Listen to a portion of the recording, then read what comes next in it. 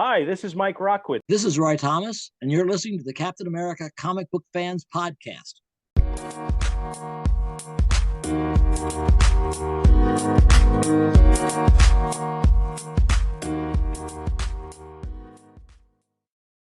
Well, greetings, Cap fans. It is episode 176 of the Captain America Comic Book Fans Podcast. I'm Rick Verbanis.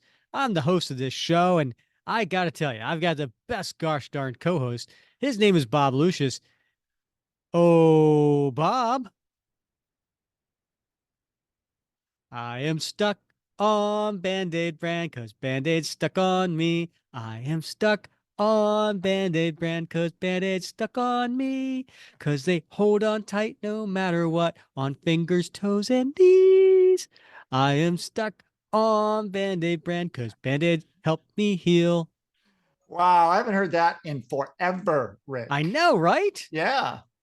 Love it. You know what? Yeah. The one thing I can say about Band-Aids is they have excellent adhesive. They do. Yeah. Almost like something that's going to happen in this episode, Bob. Yeah, right. You caught on why I picked this one? I did. Very clever. Yeah. Very clever indeed. Yeah. Now is the song stuck in your head? It really is. Yeah. You know what song was stuck in my head earlier this week? I even called my wife and said, this song is stuck in my head. I've been listening. I heard it like yesterday afternoon on my drive home. I haven't been able to stop. It's Afternoon Delight. Afternoon Delight. All right. We got to get to that in a second. But before we do, getting back to the Johnson & Johnson Band-Aid jingle, okay, came out in 1975. Do you know who wrote it? I have no idea who wrote that. Well, I'm going to give you a hint. He writes the songs that make the whole world sing. You're kidding me. I am not. Barry wrote that? Barry Manilow wrote that jingle. Be darned. I know. So I was like, what am I going to do to come up with a new hello for you? And then I was thinking about what happens to Baron Zemo, and it gets stuck. And then as soon as I said stuck in my head, there was like a stuck on me. And I was like, wait, there's more to that. What it stuck on me. Stuck. And I'm like going through my head, and I'm doing the jingle. Yeah. And then I asked my wife about it. She goes, oh yeah, that's like, stuck on me. And I'm like, yeah. And she goes, oh, that's Band-Aid. Cause she used to work for J&J back in the day. Okay. And I was like, and I was like, oh, how's that jingle go? She goes, oh, well, just ask Google, we have Google Home. Just ask Google to play and, ask it to play the Band-Aid jingle. So I said, hey, Google, can you play Band-Aid, the old Band-Aid commercial? And of course, they played the song, Do They Know It's Christmas? By the band Band-Aid. And I was like, no, that's not it. So then I started looking up old YouTube commercials. Now get this, Bob, you ready? 1975, the commercial had two very, very young actor and actress in it before they made it big. I have no idea. Terry Garr.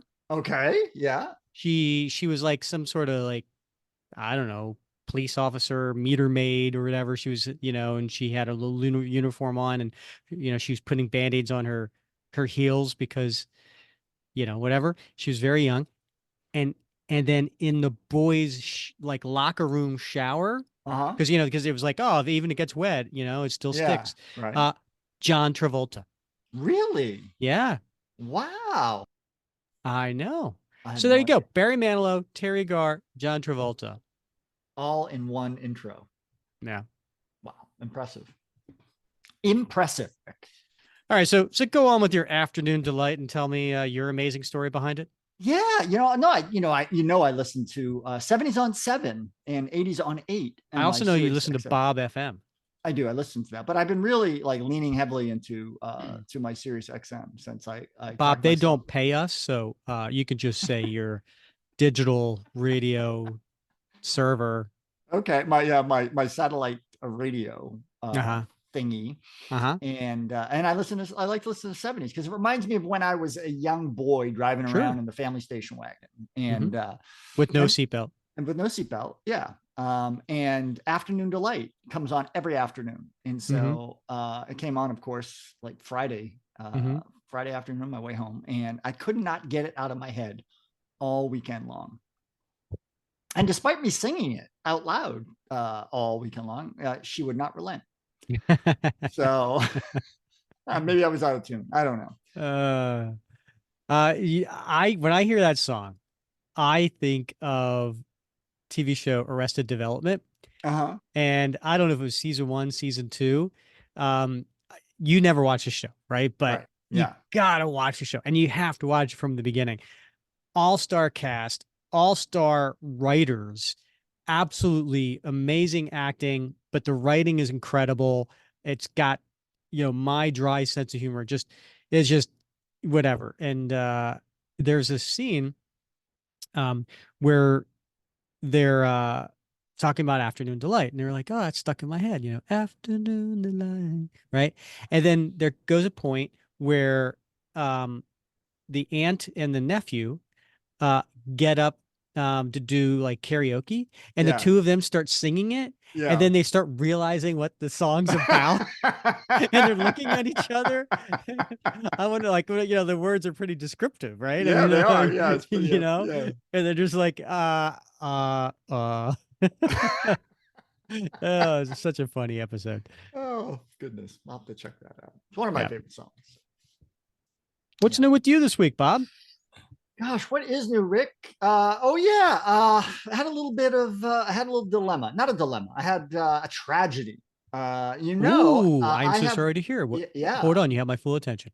Thank you. I have the same Captain America Marvel licensed ring from Groove Life. Those silicone rings. Bob, they don't pay us either. Yeah, I know. They should, doggone it, but they don't have the license anymore, apparently, Rick, because so this company has a lifetime warranty on their silicone rings, and I've used it before. The ring splits after a while, and I don't know why. I don't know. I've had mine for a little while. No problems on my end. Mine lasts for, I don't know, they last me about a year and a half or something. And maybe my fingers just get fat and split the but I don't know. So normally what I would do is I'd get on. Maybe you just had a bum ring. Well, it's happened twice.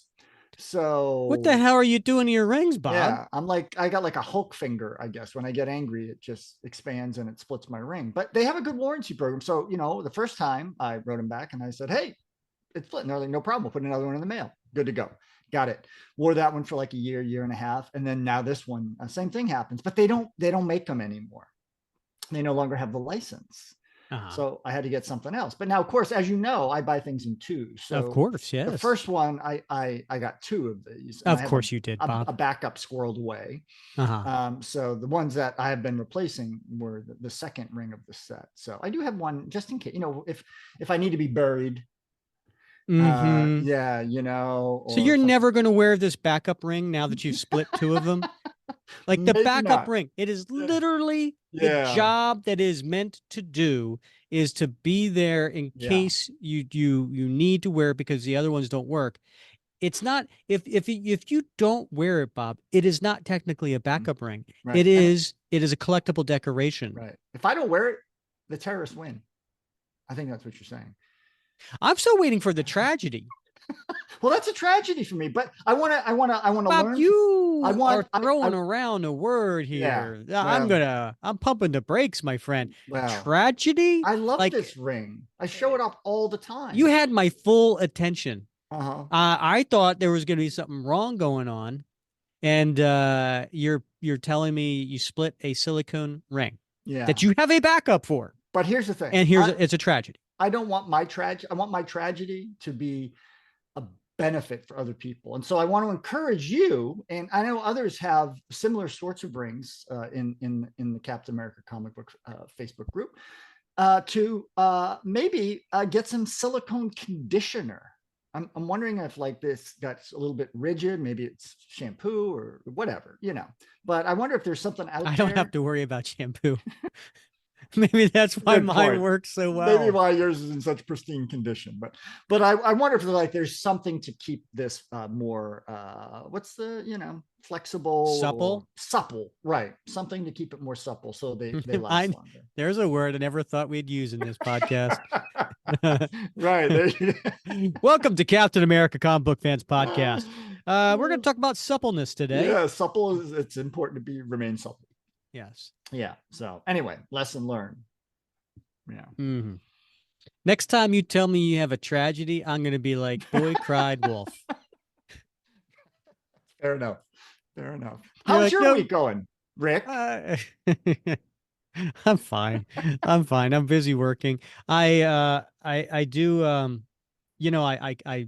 maxed out my original art back at the end of January for the year. So I'm in the process now of like trying to sell or trade some things because inevitably I get, that little email that pops up in the morning, here's a list of things we crawled the internet for. Here's your keywords that you're looking for. Damn you, AI. And I'm like, please don't be something I want. Please don't be something I want. And sure enough, there's a guy who listed two things that I want. One very, very, very much. And I reached out to him in November. I have made him an offer, above market offer, to try to like pry it from his hands. He's like, not really. And then he went this week and he listed it just to see what offers he can get. I'm still, as far as I know, the highest offer. So he may sell it to me, or he may just say, it's still not enough, and I'm just going to hold on to it. Yeah. But so I'm like, okay, what do I need to sell? But we'll see. We'll see how it goes. All right. Well, good luck with that, I think. Thank you. Yeah. I'm not sure which way I should go with you on that one. I know. I'm torn. Yeah. You and me both, my friend. So Bobby got a birthday this week. So this episode is coming out February 21st. Later in the week, on February 27th, is a longtime legendary artist, Andy Kubert.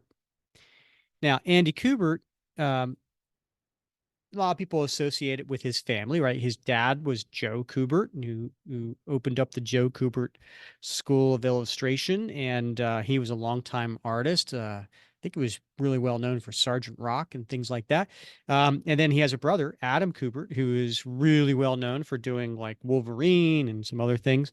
But Andy, he actually did like 19 issues over the course of 2 years from 1998 and 2000. So that was the volume 3. He basically replaced Ron Garney on the Captain America volume 3. And would love to have him on the show at some point. We did have Ron Garney on the show. We asked him how that went down. And we asked Mark Waid how also when he was on the show. And Mark was like, hey, Andy says what book he wants to be on. That's the book you put him on, back in the day, he called the shot. So interesting, but happy birthday to Andy Kubert. Indeed. Happy birthday, Andy.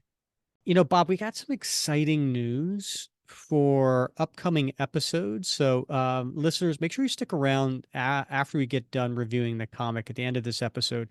We're going to talk about the next 2 episodes because I am very excited to get into this. I think the listeners will be too, Bob. All right. There's reason enough right there to stick around.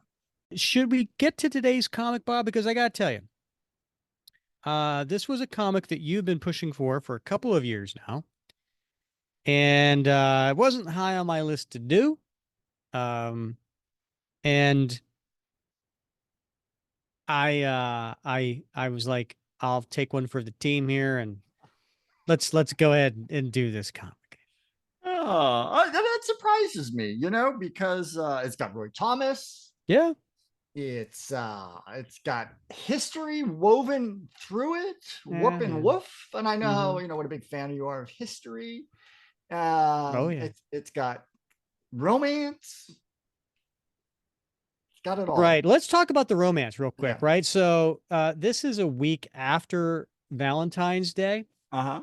But a year ago, Valentine's Day, we did the top 10 Captain America love interests. That's right. And it was a really fun episode, right? That was episode 1, 2, 3.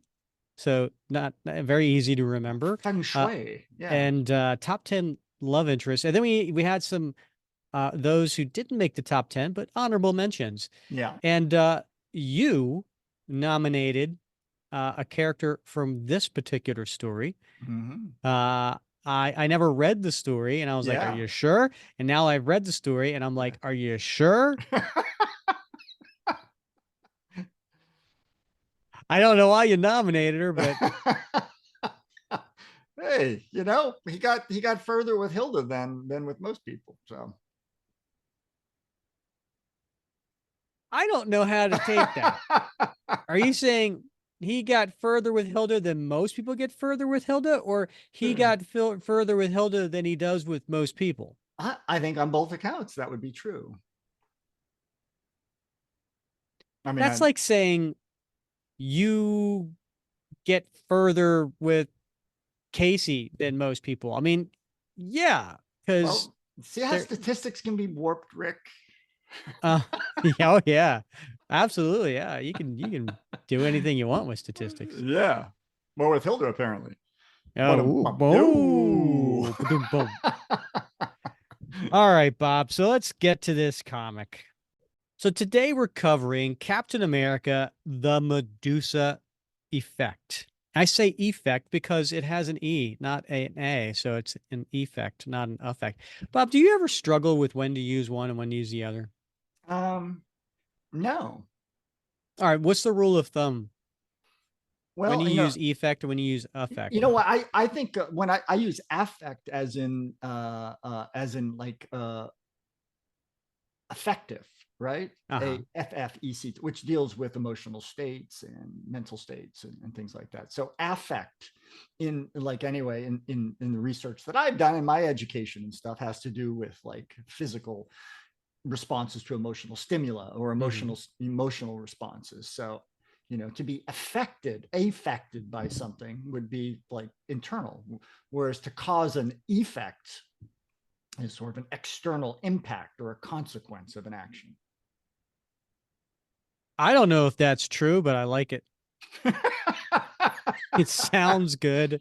Okay. Yeah. Yeah. We'll go with that. Yeah. All right. Fair enough. Yeah. So this is the Medusa Effect. Yeah. Because it's external. E for external. And there you go. There you go, listeners. You just learned something today. Yeah. We learned you. I'm sure we'll see some comments. Oh, I'm sure.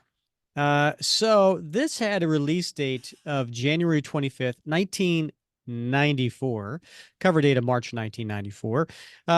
This was a comic that I think was probably just went into comic stores. I don't think this would be like a newsstand personally. Everything I've seen has like a direct edition, but I could be wrong. But there are no ads inside the comic. I mean, there's a total of 3 ads inside the front cover and inside and outside of the back cover. And all 3 of them are from Marvel.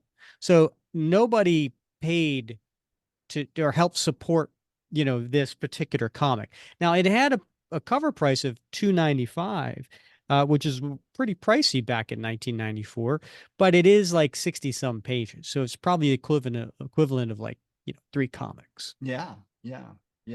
It's definitely, it's definitely a big format book, right? I mean, it's thick, a lot of pages and like it's on glossy paper. Yeah. It reads like a graphic novel. Yeah, it does. It was written by Roy Thomas, as you had mentioned earlier. Now, the artists in here, we have a few different artists. So we have 2 pencilers, 2 inkers. So I think, for timing purposes, this book maybe, needed some help. Rich Buckler is listed as the first artist and then our penciler, and then M.C. Wyman as the second penciler. He also does the cover. Inkers Jim Sanders III and Andrew Papoy. Colorist George Rossos. Letterer Clem Robbins. Editor Mike Rockowitz.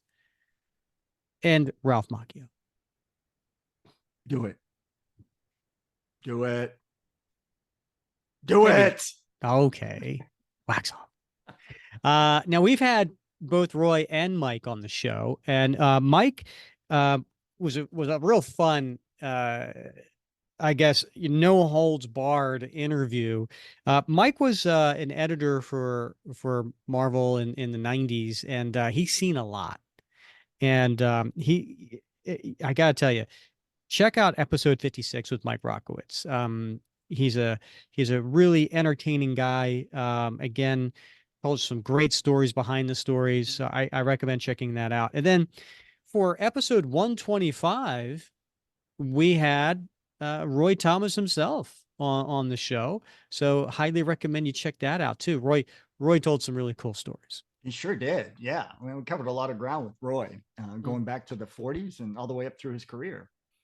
Yeah, absolutely. So those are the creators on the book. And then Bob, you want to take us through the cover, which is by MC Wyman and Romeo Tangle?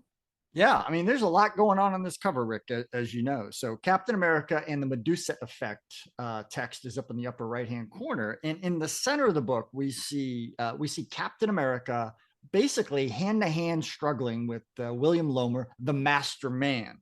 Up in the upper right-hand corner, we see Baron Heinrich Zemo giving his best Nazi salute. And then on the bottom right-hand corner, we see a bunch of Nazi soldiers running around, some stormtroopers. We got a profile of Bucky in the lower left-hand corner. And then we see a big front shot of Cap's face from the neck up, occupying the upper left part of the book. So a lot going on here, a lot of visual stimulation, but it gives you a sense of the characters you're going to see in this book, and who the protagonists and who the antagonists are. So let's get to the copy. Now, I have here, Bob, my hard copy, and as you can see, it is autographed by Roy Thomas. It is. Yeah. When I met Roy, this was the only book I got him to sign. You would think, oh, why? Why would you do that? There's so many amazing books that he could actually, maybe I think about it, maybe he signed Invaders #1 too. So 2 books, but there's so many amazing books that he could have signed. Why this one? Yeah. Because I think, I don't know. It was one of those, it was like, what can I do to make this somewhat valuable, likable?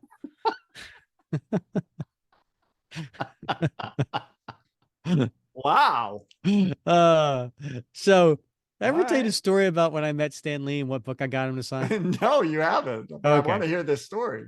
So back in the day when I owned my comic book store, I was going to a show and Stan Lee was going to be a guest there signing. So this is like 15, 18 years ago. Okay. And I had some books that were in the store that were just not selling. And I decided I could have brought Captain America 100. I could have brought any key. Yeah. I could have brought, Amazing Spider-Man, Fantastic Four, Incredible Hulk. I mean, like, you name it. Yeah. No, Bob, no. The one comic I brought him to sign was Ravage 2099 #1.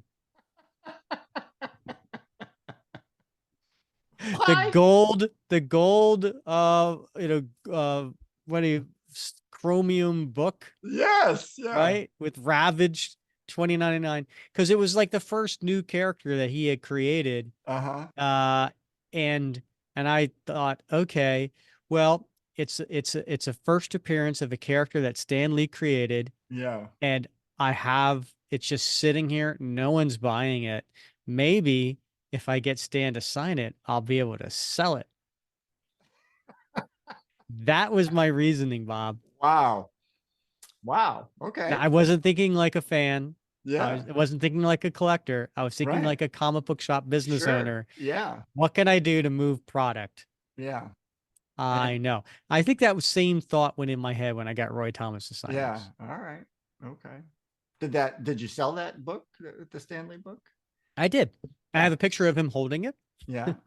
And And then I made my own little certificates of authenticity. Because I had other signed books in the store. Yeah. And not that anybody ever cared probably about those certificates. They're like, right. who's this guy? Yeah. Yeah. I bet I would like to get hold of one of those official original Rick Urbanus certificates of authenticity. There are a few people who are used to be in the customers of the store who listen to the show. They maybe they have one. I don't know. I know how to get your hands on one of those. Limited runs. All right, should we get to the comic? Sure, yeah. All right. I am going to point out the when you open this up, the inside ad on the inside cover is a full page splash ad of Daredevil. And it's when he was wearing the black and red costume with the shoulder pads.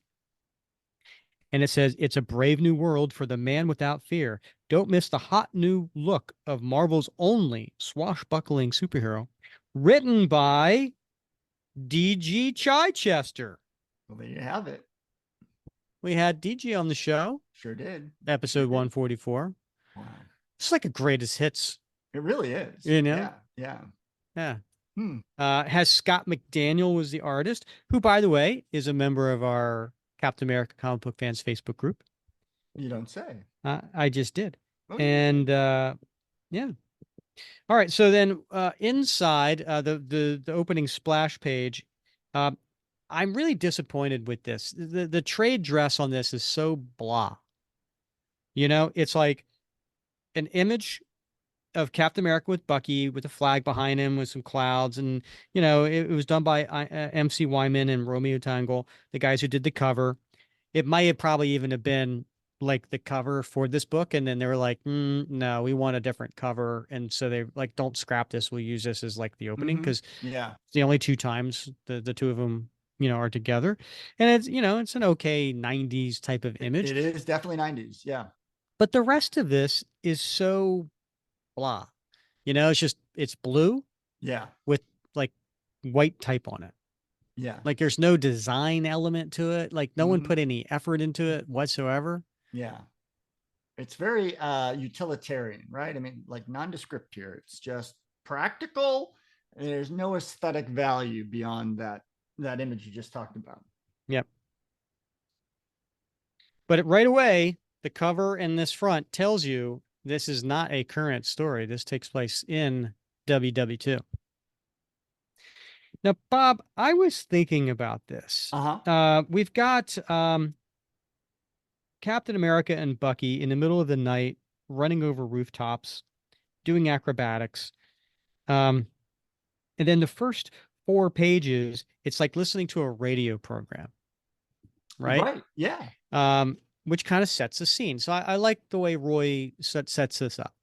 So you get to kind of hear what's going on, and then visually you're seeing the action, right? So it's almost like watching a movie in a way. But I can't do it all by myself, Bob. I need some help here. Do you want to do the radio announcer while I describe what's going on, or vice versa? Sure, I'm happy to do that. Which one? To do the radio. I think I would love to do radio. All right. Can you do your best 40s radio announcer voice? I don't know if I can do that. You gotta. I don't even know what that would sound like. Can you give me a sample? In his State of the Union address this evening, President Roosevelt said that the Axis powers had realized that they had won the war in the year which ended 1 week ago. Oh, that's nice. Yeah, can you do something like that? Well, I'll try. I mean, that's pretty good. It's hard to top that. In his State of the Union address this evening, President Roosevelt said that the Asia powers had realized that they had to win the war in the year which ended 1 year ago, or they would eventually lose the war. I do not need to tell you, the president went on, that our enemies did not win this war in 1942. All right, so we turn the page, but on that first page, as I mentioned before, is the middle of the night, and you see a costumed Bucky and Cap running over the rooftops with Cap leading the way. The president reported that in 1942, the United States produced 48,000 military planes, more than Nazi Germany, Imperial Japan, and Fascist Italy combined. The arsenal of democracy, he said, is making good. Now, at this point, it's a really cool move. Cap is at the edge of a building. He's looking down, and then he does a backwards flip, and he's still holding on to the edge of the building as he kind of drops in front of a window. And you could see from this angle looking down as the parked cars on the street, and he's easily 5 or 6 stories up. It's a really cool angle. Yeah. To see the cars below him like that. Yeah, you should make this your favorite panel. He also cautioned that the United Nations must remain united after the war. Minnesota's Governor Stassen has also proposed that the United Nations continue after war's end as an organization with a single house parliament and with representation based upon literate populations. Interesting. So Cap is lowering himself quietly into an open window, and then you see a rope trickle down behind him. And then next page, you see Cap's in the room, and Bucky is rappelling down, and he's lowering himself into the room, and Cap kind of puts his finger to his lips like, be quiet, as they walk closer to a door, and then he opens it up a crack to see what's going on in the other room. In other news, the Office of Price Administration has banned all non-essential automobile driving for the duration of the war. Cited as reasons for the ban were the lack of oil tankers and the new military demands of the North African campaign. On the Eastern Front, the Russians have recaptured 16 more towns as they converge on the German-held city of Rostov. The major airbase supplying Nazi troops in Stalingrad has already fallen to the Red Army. So at this point, I guess maybe the door made a little bit of a noise because there's 3 Germans. We're led to believe Germans, right? Because of what they're wearing and holding a German Luger. And then, I think that one guy is from Raiders of the Lost Ark, isn't he? Totally, right? Yeah, absolutely. Because he's got the little trench coat on, and then those glasses, those little round John Lennon type glasses. Was ist das? And so he gets his gun and starts going towards the opened door. Meanwhile, Allied bombers have sunk 2 Japanese troop transports and downed 18 fighter planes off New Guinea. United Nations aircraft have also bombed 2 Axis-held cities in Tunisia and Palermo Harbor on the island of Sicily. And so Cap goes behind this German guy and puts his hand over his mouth. And then Bucky at the same time takes away the gun out of his hand, but he says, "Ach, der Helgar Schrecke," and Cap just punches him. What'd he say, Cap? Does it really matter? And he hits him. In Burma, the 14th Indian Division continues its renewed offensive against dug-in Japanese positions. And then, so Cap then opens up the door, holds up his shield. He sees the 2 Germans. Was habt man Amerika? The name Razzies is Captain America.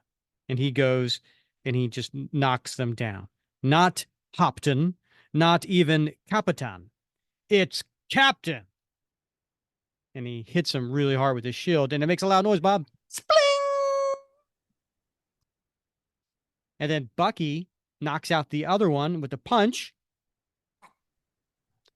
And how come Cap's faithful sidekick Bucky doesn't rate so much as a mention? What am I, the Invisible Man? And here at home, a dream finally came true for singer Marian Anderson. Tonight, January 7th, 1943, the world-famous Contralto finally sang at Constitution Hall in Washington, D.C. 4 years ago, she was denied permission to perform there by the organization which owns the Hall of because she is a Negro. And then Bucky's like, well, that takes care of Cap. Smoke. Stand back, partner. And he goes through the door. And on the other side, the whole room is on fire in somebody's bedroom. Verdammt. You know, you Nazis have been at war with America for more than a year now. Don't you think it's time they sent over a few saboteurs who could speak English? And stand away from the man in that bed. And Cap goes up and he punches the man who's wearing a trench coat and has a fedora hat on, and he's holding a few books like a journal in his hand. Or is this the only international language you understand? And he punches it, and the person says, but underhand, does you really think that puny blow would hurt me? Masterman, back in America? Now, Bob, do you want to describe who Masterman is? Yeah, Masterman was intended to be anyway a facsimile of Captain America created by the Nazis, right? And so William Lomer, who is actually an American from New York, a member of the American German Bund, who was the guy? Brain Drain or something, wasn't it? That anyway figured out how to steal part of the recipe to the super soldier serum and gave the Nazis an opportunity to inject that in William Lomer, and he became Master Man, this somewhat copy of Captain America, but he is Nazi through and through with his short cropped blonde hair in a flat top. He's got a dark blue, sometimes depicted as black bodysuit on with yellow boots and yellow gauntlets and a yellow belt with a big old swastika in black on a red background on his chest. And he is there in a room, and there's looks like an old man laying in bed by himself, and he goes, then Masterman goes up and he kicks Cap's shield, which makes a loud noise, Bob. Ka-ting! Now at last you realize your error. Why shouldn't I speak English as well as you do? After all, I am as American as you are. And there's flames all around them, and the radio continues. And by the way, this whole time the radio has been in this bedroom, so the old man has been listening to this radio, and that's where this is coming from. American Jewish leaders continue to deplore what they call a lack of United Nations commitment to help Jews in the Nazi-occupied countries, even after the Allied declaration of December 17th, which stated there was a Nazi plan to, quote, exterminate the Jewish people in Europe, unquote. And so Masterman punches Cap pretty strong, and he is much, much, much stronger than Cap. So that had to hurt. And he's laying down. Another time I'd stay and finish you off, but tonight I have what I want. And compared to that, you mean even less to me than the old man's pigeons. Auf Wiedersehen. Auf Wiedersehen.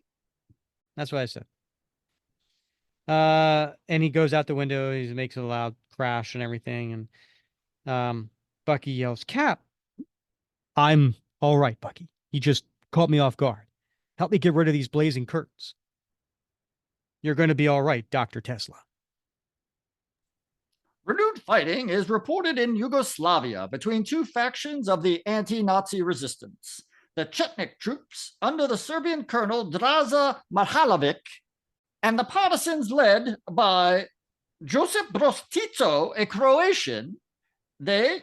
Click. I guess Bucky turned off the radio finally. Thank God, I was getting annoyed by that voice.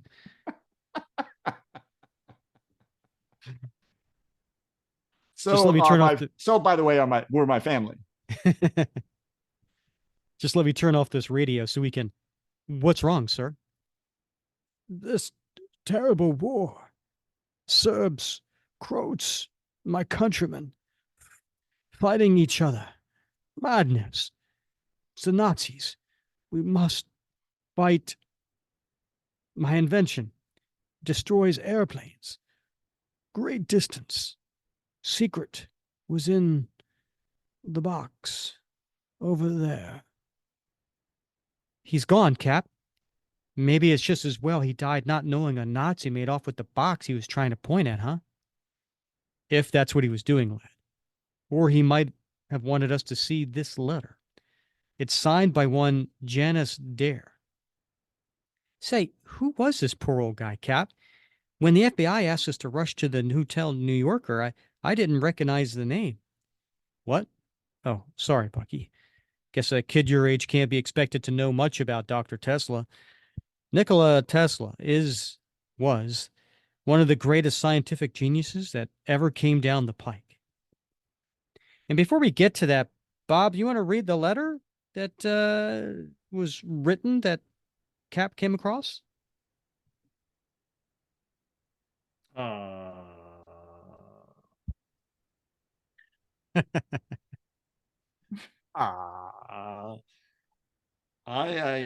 eyes aren't that good, Rick. Well, you're on digital. You can zoom in, can't you? I know, but it's still. I mean, I only get like the you want me to read what exists here of the letter? Yeah, I think it's pertinent to the story, don't you? All right, okay. So the letter here, Rick, is addressed to Dr. Tesla from the Hotel Ritz in Madrid, and it's dated December 3rd, 1949. And it begins, "My dear Dr. Tesla, you will not remember me, but I am writing to tell you that your life and your secrets are in grave danger." Turn the page, and we have a big splash page devoted to Dr. Tesla. Every time you switch on a light, you use the alternating current he invented. And some people argue that he, more than Marconi, was the true father of radio. Around 1900, his reputation was so great that when he said it was possible to split the earth like an apple by applying the principle of mechanical resonance, plenty of folks believed him. And why shouldn't they have? 2 years earlier, he accidentally caused a minor earthquake in New York City with a device called an electromechanical oscillator. He designed radio-controlled robot ships and subs. And some people think that if he hadn't run out of money, his infamous Hardcliffe Tower on Long Island could have transmitted radio waves across the Atlantic. He was working on rays of what he called teleforce, which could make cities safe from enemy bombers by knocking them out of the sky. So that's what he thought was in the box Masterman took. Geez, I sure hope his teleforce rays turn out to be just a pipe dream. You and me both. Kind of gamey in here, huh? All these pigeons. An obsession of his, I'm told. The hotels looked the other way for the last 10 years because of Tesla's past reputation. Anyway, we've got to get back to Agent Winsel. If Tesla died, we were to let him be discovered in the morning by the maid. Go on, Cap. Birds should be free, lad. As free as Nikola Tesla's soul. And he opens up the pigeon cage, and the pigeons go off into the dawning sky as it starts to be lit from the oncoming sun. Hey, Bob. So Nikola Tesla was a real dude. He was a real dude. He really did die in that room, Rick. Yeah, and now like Roy Thomas wanted to kind of give us a little history lesson 50 years later. He sure did. Yeah.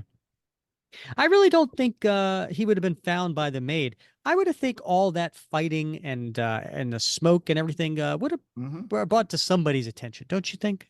Yeah, I don't know. Unless they were better, who knows? He occupied 2 rooms in the New Yorker hotel, Rick, and he was discovered by the maid. So I don't know.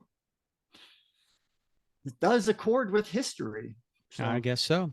Well, the next 4 pages are done in black and white, actually 5 pages, and they're done in black and white as a newsreel. And Bob, since you did the voice so well before on the radio, I think you can capture this this news voice for the TV. Of course, it has to be a different voice, Bob, but I'm sure you can handle. Well, no, I can't, Rick. It will be the same exact voice now that I know that it annoys you. So I think it's fair to point out before we do this that these 5 pages are basically retelling what Sergeant Fury and the Howling Commandos, issue number 8 from July '64, and later Zemo's appearance in, I think, Avengers number 6 from May 1964. So a little bit of backstory that we're seing here. I think that's really, really swell of you to point out, Bob. Yeah. It's almost like you're a little editor's note. Very little editor. In early 1942, rumors that Zemo was developing a secret terror weapon. What the hell are you reading? Oh, I skipped a page. Oh my God, I jumped ahead. Look at that. All right. News on the march. Today, as the Second World War stalks relentlessly down the corridors of its 4th year, Nazi scientist Baron Heinrich Zemo is one of the most feared men on Earth. But what are the origins of the mystery-shrouded bulwark of Hitler's Third Reich? Born in the same year as this tormented century, in his family's castle in Bavaria, Heinrich Zemo is remembered as a lonely, moody child. During the First World War, he served in the German army, and like many of his countrymen, felt betrayed when a civilian government in Berlin surrendered to the Allied powers. In the chaotic years between the wars, young Heinrich became an early supporter of Hitler's National Socialists and a member of the Nazis' infamous brown shirts. The future Führer admonished his followers to be fruitful and multiply, to provide the fatherland with potential soldiers. So the loyal Baron found time for marriage and for fatherhood. 1933, the very year Hitler ascended to power, Zemo's interest in applied technology brought him to the USA, where he conferred with prominent scientists such as Serbian-born Nikola Tesla. By the time the Nazi legions blitzkrieged Poland in 1939, Hitler had awarded Colonel Zemo the highest scientific honors the Reich had to offer. In early 1942, rumors that Zemo was developing a secret terror weapon sent America's celebrated Howling Commandos racing to his Bavarian stronghold. So at this point, we see the Zemo in his Nazi gear at the top of some stairs, and we see at the bottom of the stairs coming up is Nick Fury and his Howling Commandos, and Zemo's got some sort of rifle ray gun in his hand, and he's aiming it down towards the commandos. If your decadent Schweinhands know any prayers, I suggest you say them quickly. It's Zemo. What kind of gun is he holding? Before I destroy you all, I shall give you a demonstration of my little toy, the weapon which shall burn democracy from the face of the earth. See how easily I disintegrate the stairs beneath your very feet? It's a death ray. Look out, a thing like that could hurt a guy. But when the tide turned, Zemo, like all Nazi bullies, showed his true stripes. Save me from these savages, and I reward you beyond your wildest dreams. Jawohl, Dr. Zemo. Der Führer has need of your genius. Once the treacherous Baron had escaped, he blew up his own castle in its fanatic fascist defenders by remote control. Only the quick thinking of Sergeant Fury, head of the hard-hitting Howlers, enabled the American to escape in time. The actual photograph recently smuggled out of Germany shows the damage caused to a nearby town by the so-called death ray beams that went wild during the ear-shattering blast. A few days afterward, an American B-17 flew over that devastated town, dropping not bombs, but a veritable snowstorm of leaflets. Leaflets which told the people what had really happened to destroy their homes and endanger their families. Soon, Heinrich Zemo became so loathed and despised by his own people that Hitler would have no more to do with him, at least not openly. So then we cut to Zemo, who now has that famous striped purple mask over top of his head. And he's yelling at the ceiling as he's looking at his gigantic machinery. I am the most hated man in Europe. but it was worth it to receive der Führer's rich rewards, even if I must now labor in secret behind the uncomfortable mask until my very features are forgotten by the German people. Wait, what is that sound? Durtenweimer! Captain America!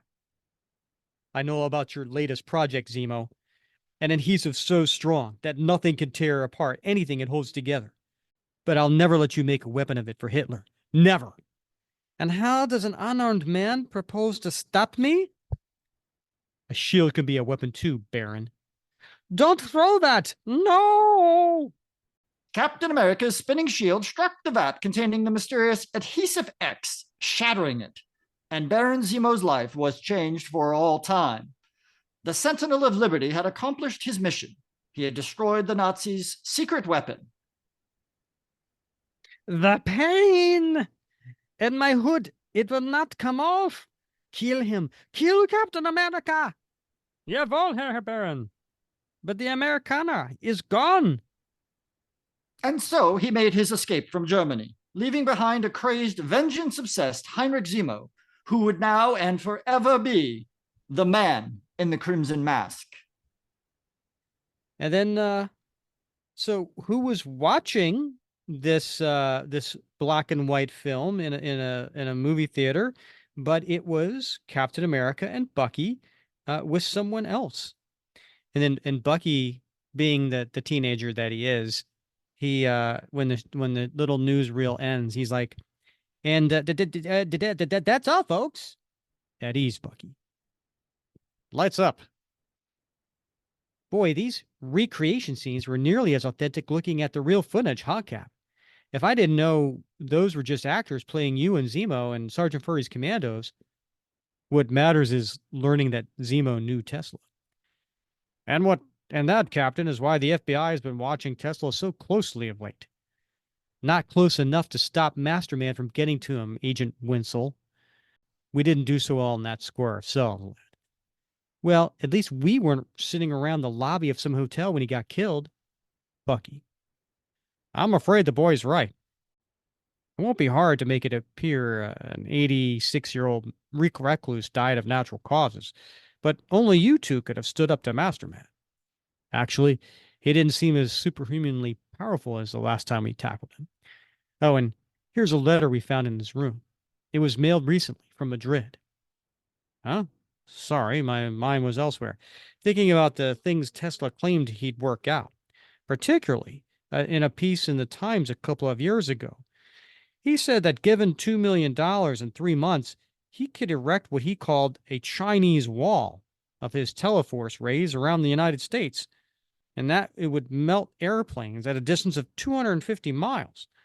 If Hitler got a hold of a plan for something like that, he could make his Fortress Europe bomber-proof. So why didn't the War Department take Doc Tesla up on his offer?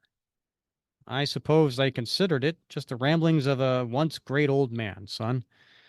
I only hope they were right. Tesla's teleforce rays could then be the same as Zemo's death ray. Some magazines have called Tesla's concept a death ray, but I suspect they're really two different weapons. Zemo's first death ray was wrecked. If he's behind tonight's attack, perhaps he wants to combine his own ideas and Tesla's.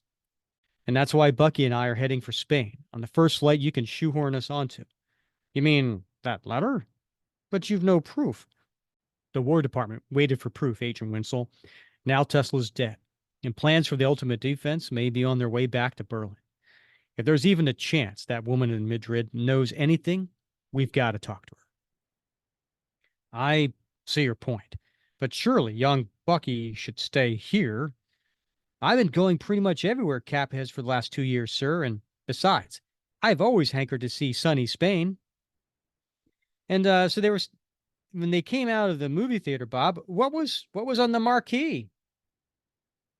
Well, several movies were showing, Rick, but there was one in particular that might have caught your attention, and it was a movie starring Leslie Howard and a few other well-known actors, Raymond Macy and Laurence Olivier, later to be known as Sir Laurence Olivier.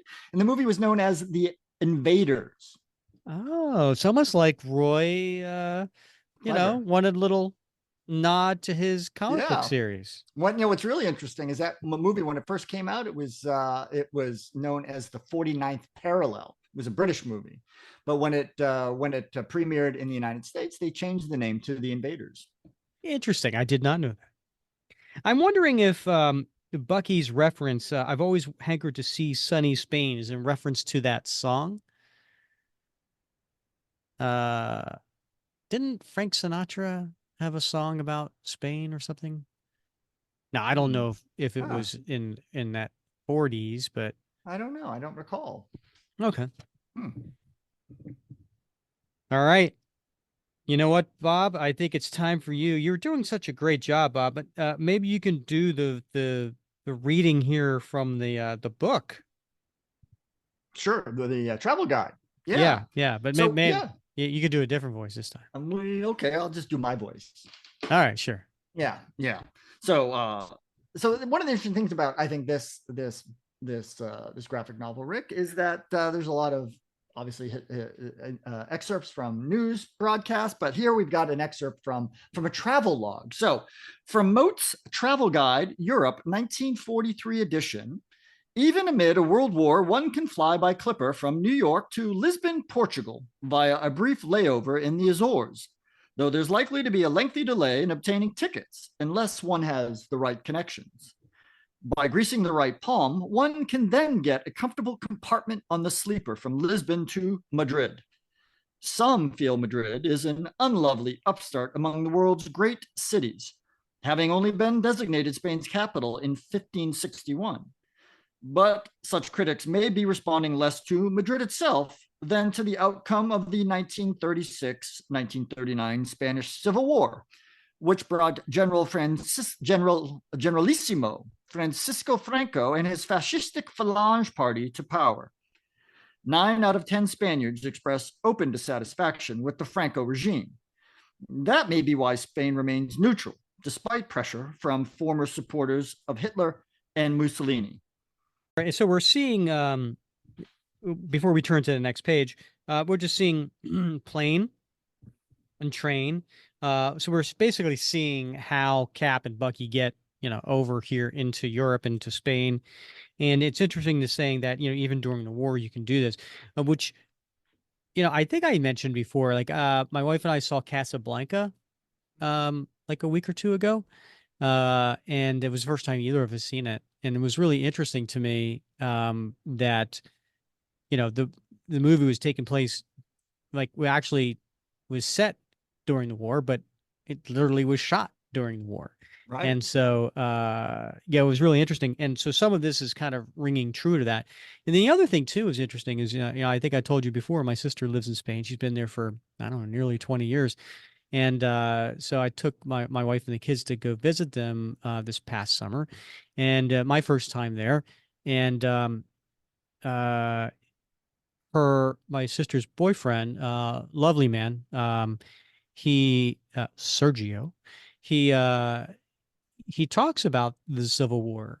Like, we talk about the Civil War, and it's in the past, right? It's in history. They talk about the Civil War, and it's like a couple generations ago, right? And so it's just really interesting. But anyway, next page. Yeah. Lavish shop windows will assure you there is plenty of merchandise available, even with much of the world at war. The plush Ritz Hotel shows no ill effects from having been used as a hospital during the Civil War. But with the peso officially pegged at 11 to the dollar, a meal there may cost as much as $6 plus tip. As always, in such a situation, there is a flourishing estraperlo, or black market.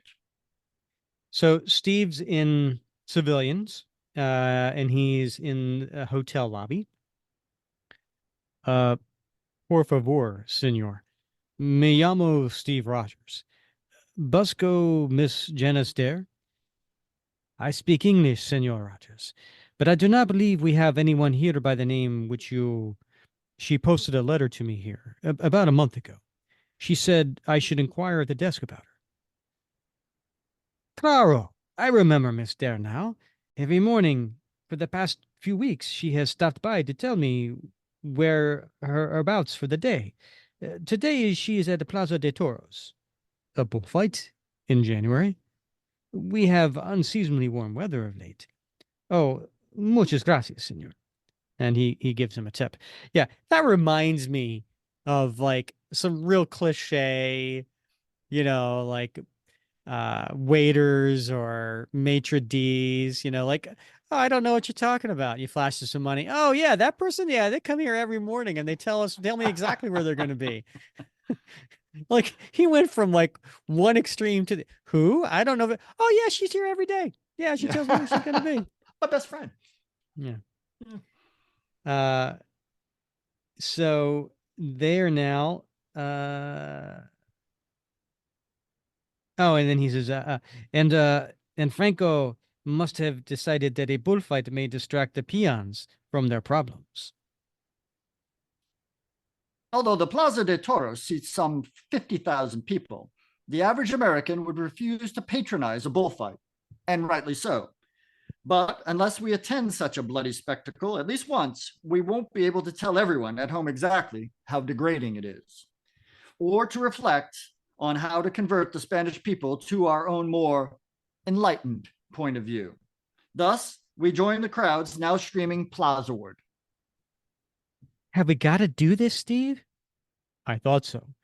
But now that I ponder trying to find a woman we've never seen among all these madrileños, I'm not so sure. We can get out of here as soon as we spot Janice Dare, so keep on the move. You heard the deskman's description as well as I did. Yeah, but one thing still doesn't make any sense to me. She couldn't have figured that some guy in his 80s was going to come meet her. Guess she hoped she'd lined up somebody like us to make the trip, lad. But look, here comes El Toro. El Toro, Bob, that's Spanish. What does that mean? The bull. Oh, thank you. Hold it. I wonder, could that be? No, hair too dark. Ay, Toro! And then we see a black bull in the middle of the stadium, and we see two men on each on a horse holding long lances they use to spear at the bull. First, the picadors enter the arena to excite the bull by spearing him from horseback. That one down there, maybe? No, too old. Next, the bandoleros attempt to land 3 pairs of 3-foot darts in the bull's neck to further anger him. By this point, the fainter of heart will have bolted from the stadium, headed for the Avenida Jose Antonio. Finally, the matador himself enters the ring. In this round, there is more skill and less cruelty displayed than in the preceding 2. The bull, of course, can hardly be expected to appreciate this subtle difference. That hat. There she is, Steve. Hey, Miss Dare. The nimble matador faces the bull armed, apparently only with his cape. Miss, ma'am, my name's Roger Stevens. Are you Janice Dare, the one who wrote to Nikola Tesla in New York? I don't know what you're talking about. She's lying, Roger. You warned Dr. Tesla. He was in danger, and you were right. He was murdered on the 7th. I'm with the U.S. government, sort of. What else do you know that you didn't put in your letter? Please, I don't know anything. Just go away.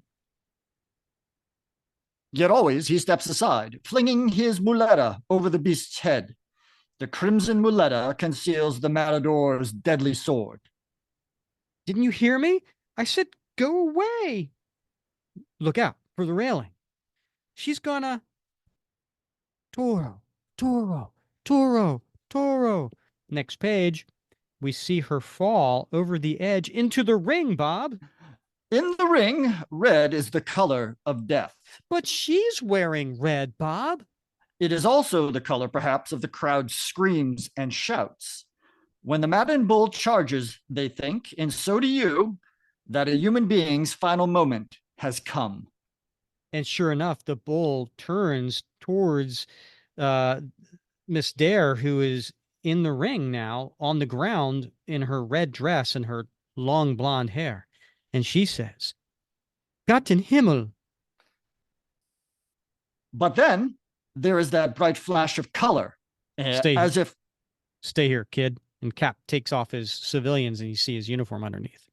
As if courage has suddenly become vividly incarnate. As if manliness were suddenly personified by that polychromatic figure in the arena. Hey, Toro. At such times, the spectators stand up, moan, and have even been known to neigh. Some women hide their faces behind their fans, but it is quite obvious that they are thrilled to the marrow. The crowd is now in a state of intolerable excitement, but the Matador's apparent bravery is, in truth, only... So before we turn the page, we see Cap jumps on to behind the bull, grabs by the horns, twists the head, but unfortunately, he falls off the bull.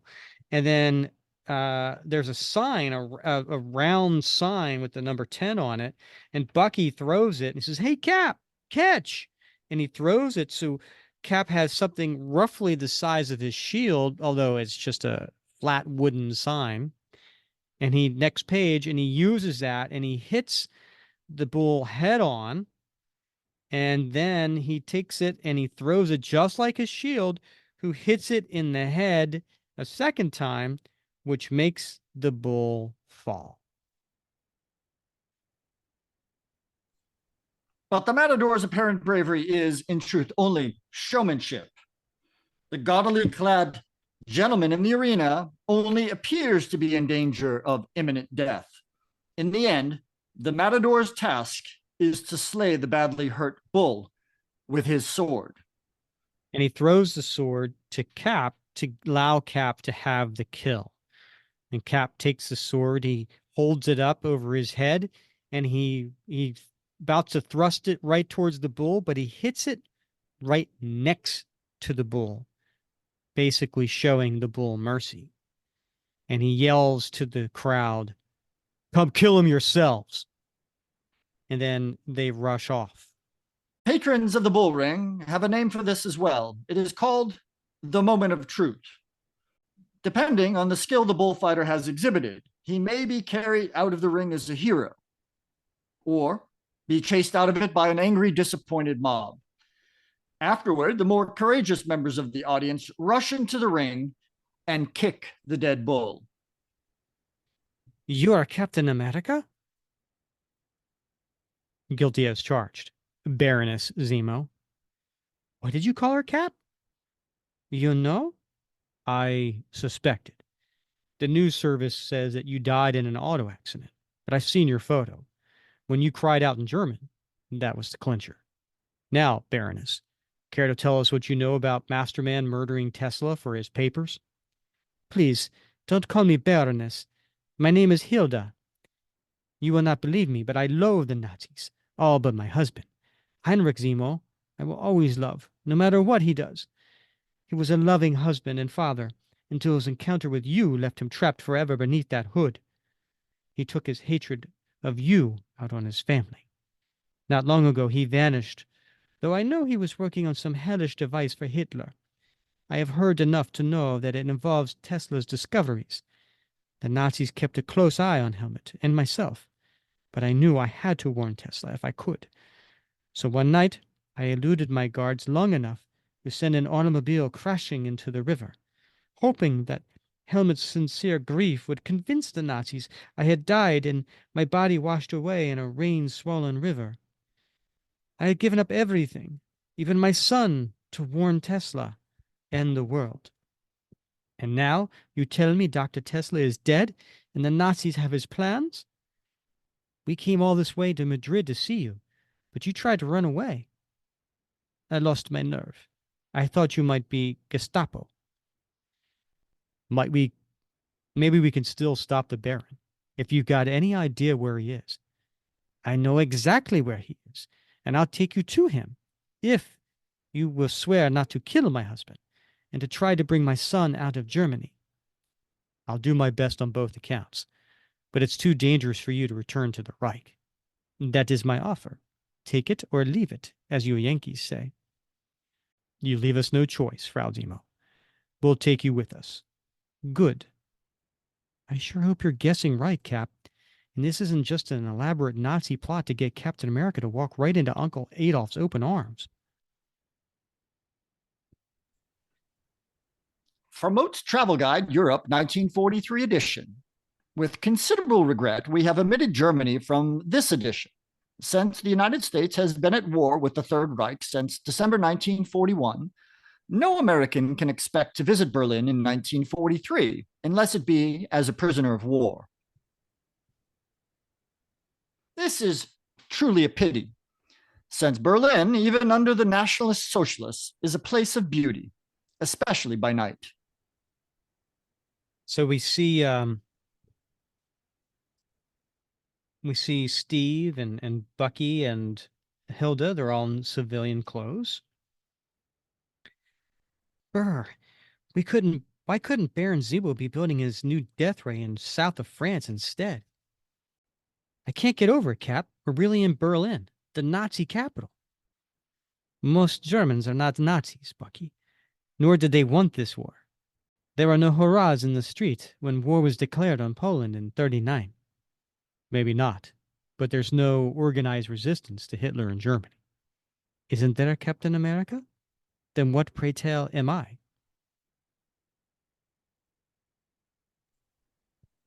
British Prime Minister Winston Churchill to Brigadier General Ira C. Eaker, Commander, U.S. 8th Air Force, Casablanca Conference, January 1943. Young man, you have persuaded me that you should have further opportunities to prove your contention. How fortuitous it would be if we could, as you say, bomb the devils round the clock. Frau Zemo, admittedly, my German's not the reason they gave me this costume and a shield. But did I just see a sign that said, this way to the zoo? Ja, Captain. Since Castle Zemo is not yet fully rebuilt, my husband labors in a secret laboratory near the Berlin Zoological Gardens. There's a loud noise, Bob. Cap, was that a lion? If it's any comfort to you, lad, being devoured by a lion is going to be the least of our worries this evening. From Casablanca Directive, agreed upon by President Roosevelt and Prime Minister Churchill, January 1943. Your primary objective will be the progressive destruction and dislocation of the German military, industrial, and economic system, and the undermining of the morale of the German people to a point where their capacity for armed resistance is fatally weakened. I don't like the way that leopard's looking at me. Shh. It is just a little further. This door leads to the laboratory. I was there once, but I did not have a key. Oh, you have already forced it open. Captain America's no cream puff, ma'am. Don't get cocky, son. We may have just entered the lion's den in more ways than one. Bucky, stay up here and guard our rear. Huh? But that's an order. Okay, Cap. You stay here with him, Hilda. I am not a child to be commanded, Captain. I vowed to take you to Heinrich, and that is just what I intend to do. All right, you win, if winning is the right word for it. This is the door to the laboratory. Why do you hesitate? This is not easy for me. As I told you, I love my husband. Look, you can wait out here. No, I will. I must go in.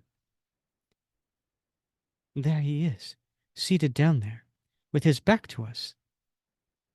Stay here, or he'll hear your footsteps. Do not forget your promise, Captain America. You swore you would not hurt him.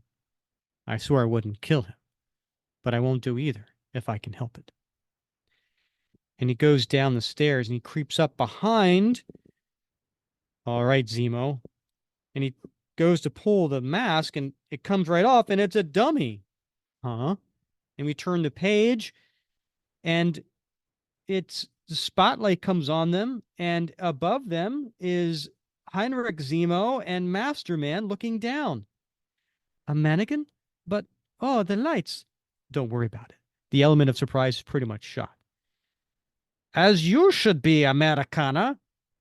Heinrich, I rather suspected you might somehow trail Master Man here to Berlin, Yankee. But I did not think it would be my dear departed wife who led you to me. Heinrich, I couldn't let you... Silence, woman! What would I do with you now? I should shoot you down where you stand. Do what you're going to do to me, Zemo, but let your wife go. I forced her to lead me to you. No, I would not hide behind even your shield, Captain. I love you, Heinrich. You know I have always loved you. But the Nazis you serve are evil incarnate. Kill me if you must, but send our son out of Germany. I don't want him to grow up to be what you've become. I think you may execute both of them now, Willy Lammer. Jawohl, Herr Baron. Captain America first. Masterman jumps over. And then there are some German soldiers up in the zoo area, and they come across Bucky. Look, a masked prowler. Halten sei! He is not halting. Fire! But it is only a boy. I said fire! And the machine gun goes, Bob. Butter. Find him and kill him. Ja, Herr Haupten. Whatever Baron Zemo is up to down there, it must be important for our captain to be so jumpy. Ha, he probably doesn't know any more about it than we do. Well, we've got the zoo area sealed off now. That young hoodlum may have gotten out, but he sure won't get back in. So Bucky then pulls a note out of his boot, which is now blue for some reason. And he then... It's supposed to be blue, right? Oh, I guess so. Red. Is it? Yeah. You've got red pants. So you have red boots too? Oh, yeah. Good point. I don't know. Goes back and forth. Yeah, it does, actually. Yeah. All right. So Bucky looks at something on that piece of paper and then he goes running off into the town. And Masterman's on top of Captain America, choking him. I have waited more than a year for this moment. Ever since you prevented me from killing that swine Churchill on his own battleship. Well, in that case, you won't mind waiting a while longer. And he gives him a big hit with his shield, makes a noise. You used to be a whole lot stronger than me, Lammer. After you were bathed in that souped-up version of the super soldier formula, what happened? The formula was unstable. My strength is less now than it was. Less, perhaps, than it will be again one day soon. But never fear. It is sufficient. And he charges him and headbutts him in the solar plexus. Do not toy with him, you idiot. Kill him without delay. Is Masterman listening to his master's voice? By the way, how's the wife? Schweind. I'll take your eyeballs to her as an anniversary gift. Who's his wife, Bob? Oh, that would be the delicious Wonder Woman. Delicious. I do like Warrior Woman. Yeah? I mean, she's not my ideological cup of tea, but she's nice on the eyes. You're such a bloodthirsty pig, Loma. Are you sure you're really just a boondist from New York's Yorkville area and not a homegrown Nazi? And he punches him twice. Masterman is down. We can't take the chance of Captain America escaping. Shoot him down like a dog. Jawohl. And they just start firing at him. And one of them nails his shoulder, goes right through his right shoulder. You have only wounded him. Yet perhaps that is best after all. You others, get down there and take him alive. But I don't want him in any condition to cause more trouble. No. You ordered them, and then Masterman gets upset. You ordered them to shoot him? But Captain America was mine. Mine! Heinrich, don't! I'm glad the Baron wants us to soften him up and not kill him. He caused the death of a cousin of mine who's in the Gestapo. Besides, look at the right side. and their soldiers are just kicking and hitting him with their butts of their rifle. Besides, look at the bright side. We don't know who he is behind that mask. Why, he could even be a Jew. And Masterman starts running towards the soldiers. You! It was you who robbed me of my due right of beating the Yankee scum to death. Please, I was only following the Baron's orders.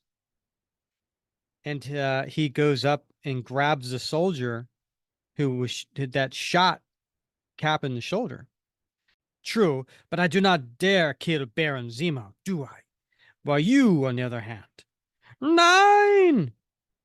And then the Masterman comes up and he snaps and chokes the neck. Are relatively expendable. Ah! I serve the Fuhrer no less than you do, Baron. But remember this. No one interferes when Masterman is out for blood. You've made your point, and because I have need of your strength, I will forgive you killing one of my soldiers. But I have no patience for individual acts of heroism or of savagery. It is results I want. Results for the Third Reich and for Adolf Hitler. The American is unconscious, Herr Baron. Surrogate, take Captain America and my dear wife to the holding chamber. My Medusa Effect, my newest and most powerful death ray, will be operative this very night to guard Berlin against the expected Allied bombing raid. And these two, whom I despise most in all of the world, shall be its very first victims. Then we cut to the next page, and it is Bucky, who is going through the town late at night, looking for something. Vermont's Tour Guide, Germany, 1939 edition. There are many splendid mansions in the countryside near Berlin, most of which currently belong to the higher echelons of the Nazi Party.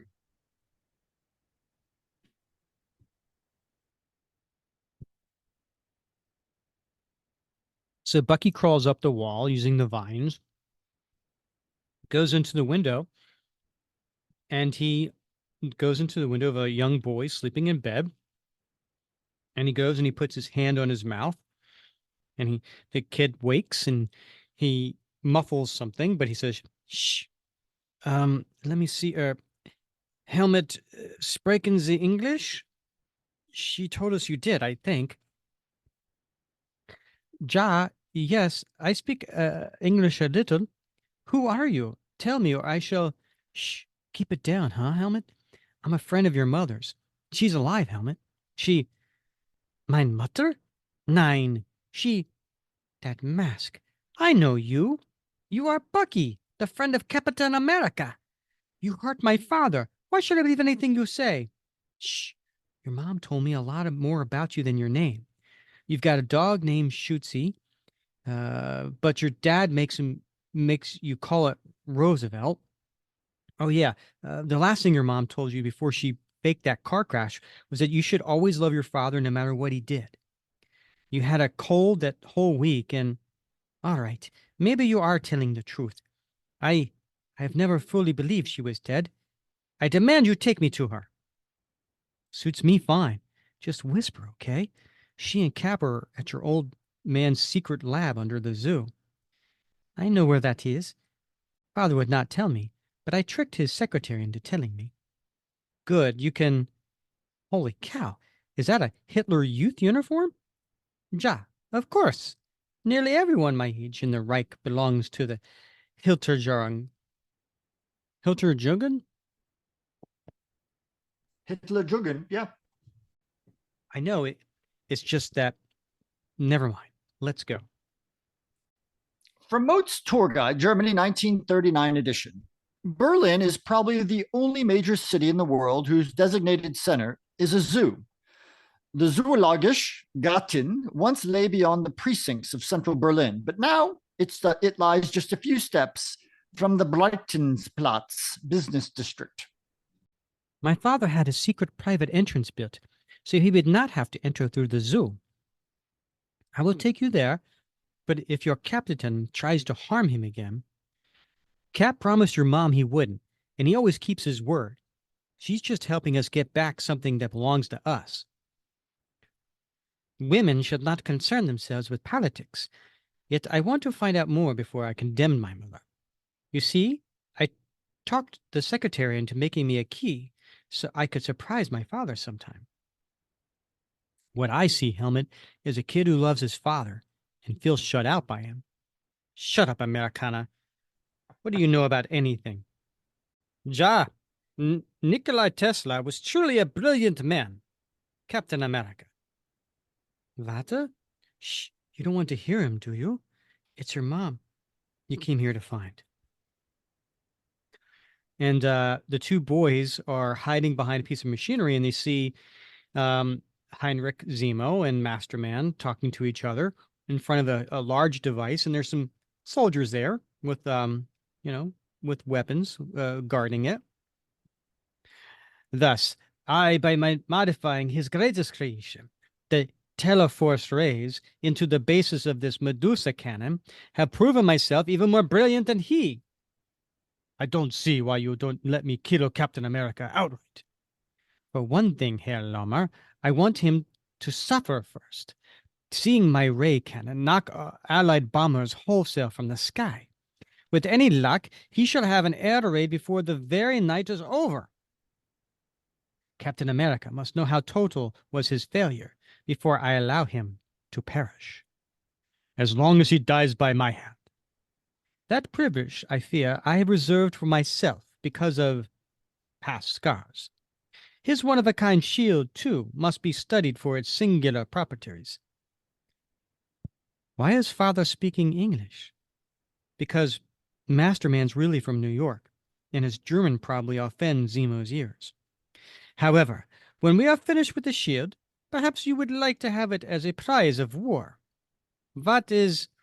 Masterman just slaps the shield out of Zemo's hands. It's Captain America's neck I want in my hands, not some trinket. Control yourself, man.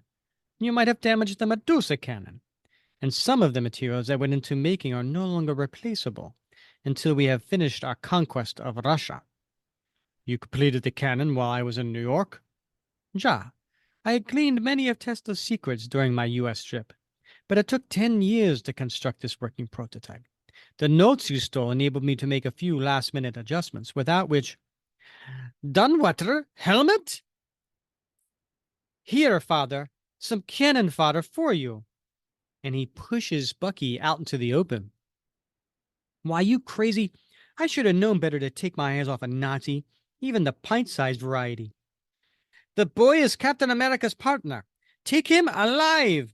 There is always a chance he may prove useful. And that, Patsy face, is a lot more than I could say for you. And he fights the two soldiers that are coming at him, but unfortunately one hits him in the back of the head and knocks him out. I got him, Herr Baron. You did well to lure that brat here, Helmet. But how did you learn the location of the secret laboratory? Of course. Your mother must have told you. That boy, Bucky, he said mother is alive. He said, surely you do not believe what your Yankee spies tell you, my son. No, I am afraid your mother is indeed dead.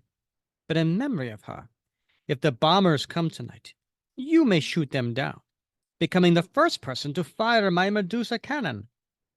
Wunderbar! On certain nights, as one strolls the moonlit boulevards of Berlin, one can hear the wolves and coyotes baying at the moon overhead. Or perhaps they are merely bemoaning the fate of all creatures confined by metal cages in the midst of a teeming humanity. All right, so the next page, and we cut to Bob's favorite page in the whole book. And it is Cap and Hilda in a very, very large cell.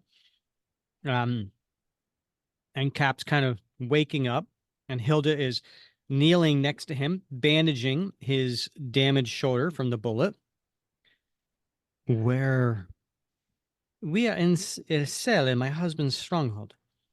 Now hold still. I have bandaged your wounded shoulder as best as I can, but thanks. But I heal fast. I'm built that way. Do you really think Zemo means to kill you too? I betrayed him by pretending to die, then by warning Tesla, and worst of all, by bringing you here. I am so sorry I've led you to your death, Captain. I'm not dead yet, Hilda, and neither are you. And he leans into her. We're both very much, and they get close in the face, alive. And then the last panel, Bob, what are they doing? They are locking lips, Rick. Ew.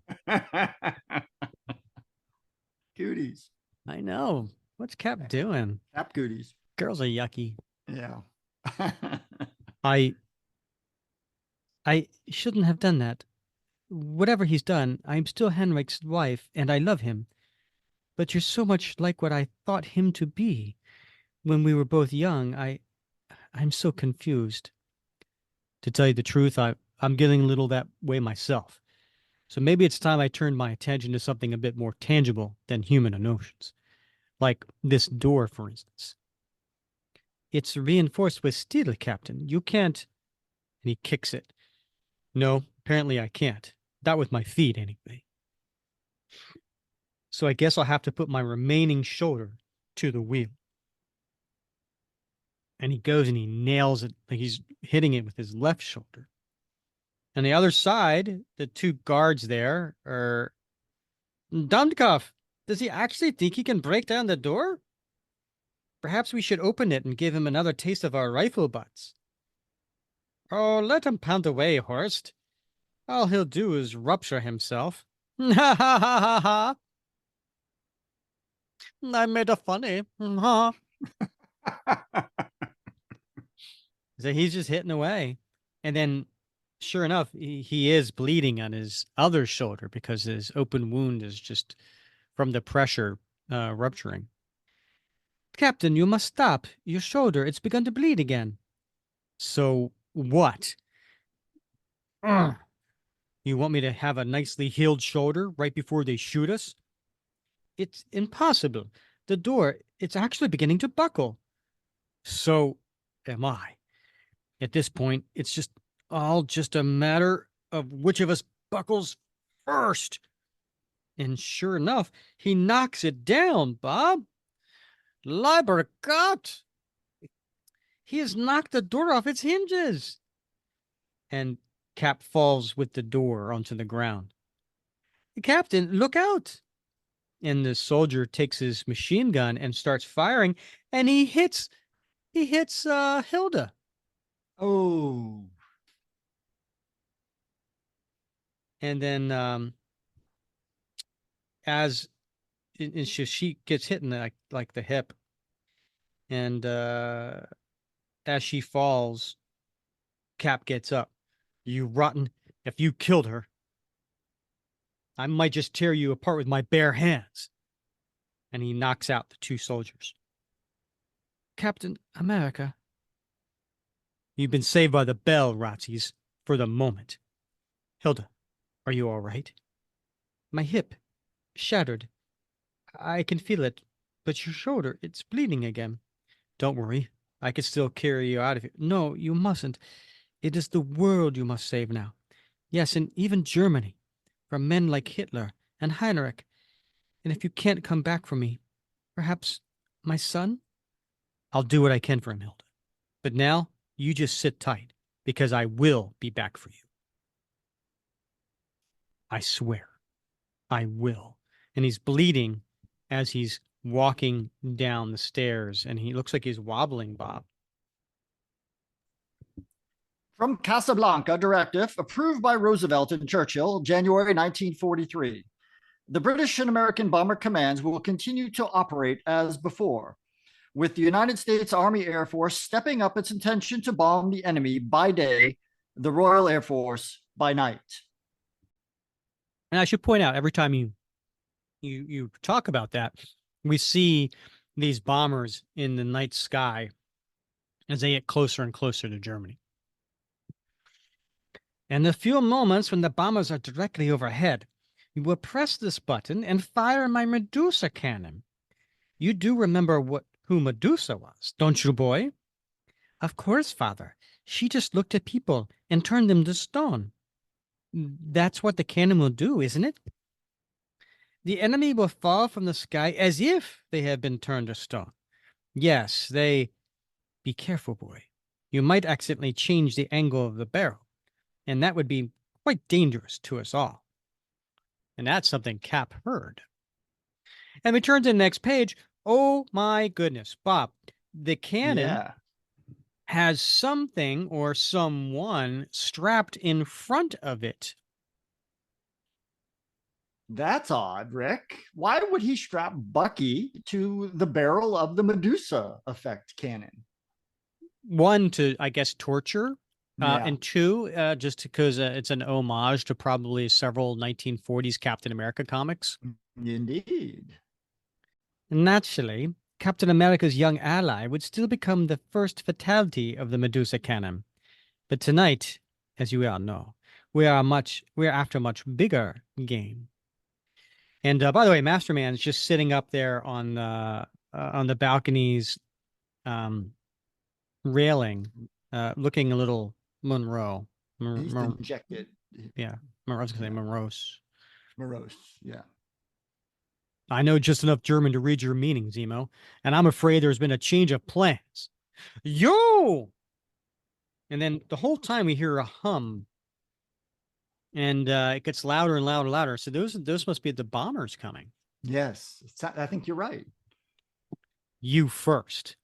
And he takes up the shield and he throws it at Masterman, who knocks him off the railing, so he falls into the lower area where Cap and Zemo are. With your main muscle down for the count, Zemo, I can give you my full attention. And here, help me! Where is my mother? If you've hurt her... She's all right, Helmet. Zemo, are you trying to kill your own son?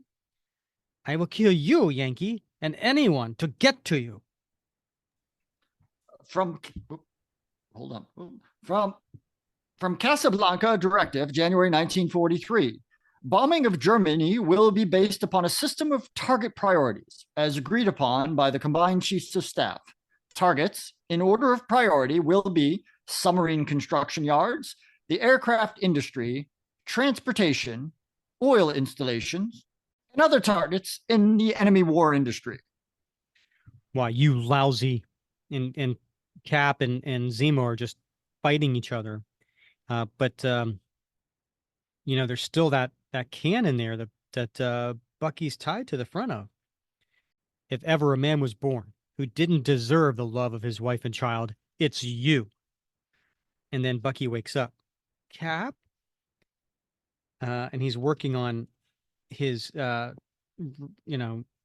rope tied around his wrists. He's trying to get loose. You befouled my plans once, Captain America. You will never do so again. Never, Baron? How about a little sooner than that? Like, say, in about 3 seconds. Father, I hear the bombers overhead. I will fire the cannon. Helmet, no. Ja, my son. Ja! It is done, father. And he hits the thing and fires, and the ray goes up, but Bucky does free himself just in time. Holy cow! From the files of the Combined Bomber Offensive, codenamed Point Blank, 1943. When precision targets are bombed by the U.S. 8th Air Force in daylight, the effort should be complemented and completed by Royal Air Force bombing attacks against the surrounding industrial area at night. The Germans, recognizing the vulnerability of their vital industries, are rapidly increasing the strength of their fighter defenses.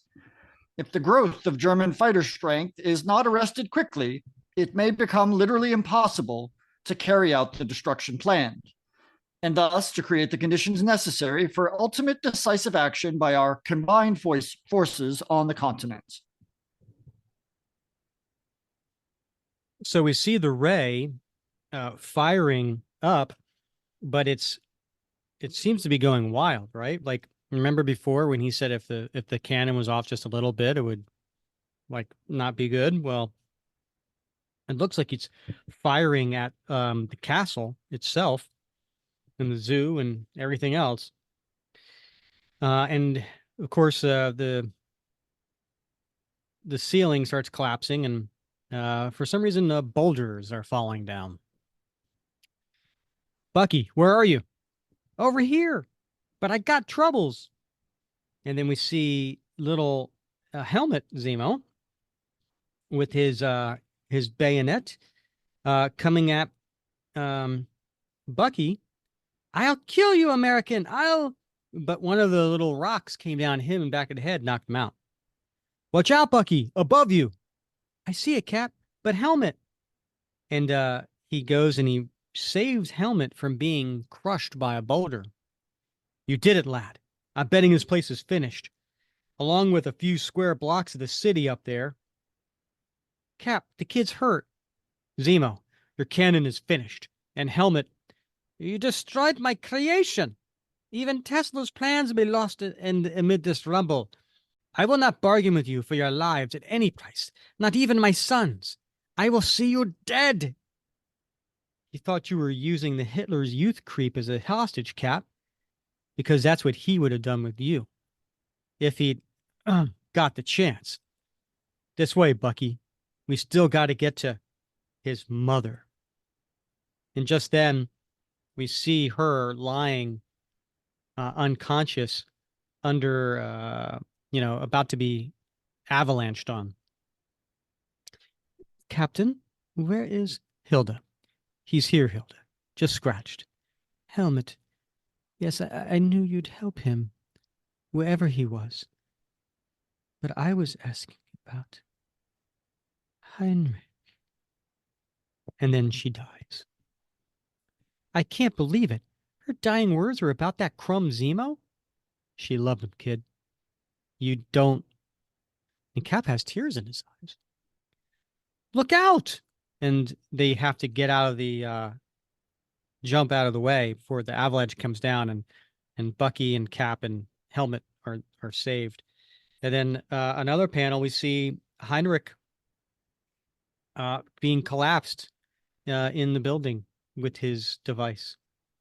Next page, they're up above where the zoo is, and they're walking around, and we see some, like a leopard and a tiger. Oh my.